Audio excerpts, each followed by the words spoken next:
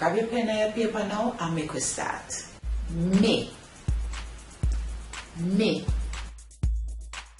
live in Jamaica. You did go work today?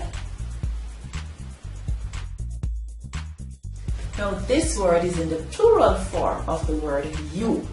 That is you, and you is uno. Uno. Did you hear the school bell? Him. I learned patwa. Now this next word, she, takes on the translation she and him. She, him.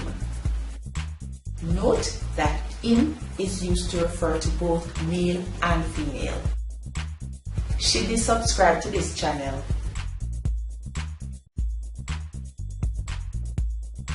Him love them your lesson. Hit. E. Hit a go easy. It look empty.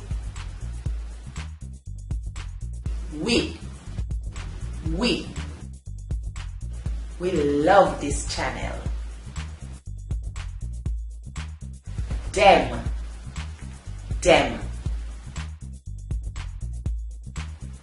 think that channel is shut.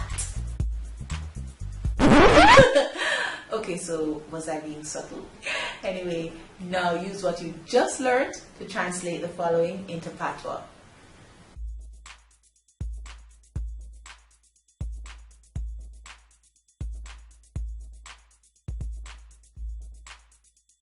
Be sure to look out for the answers in the next video. And remember, feel free to leave questions, comments in the inbox or in the message box below. I'm really looking forward to hearing from you and for our next lesson. Until next time, bye!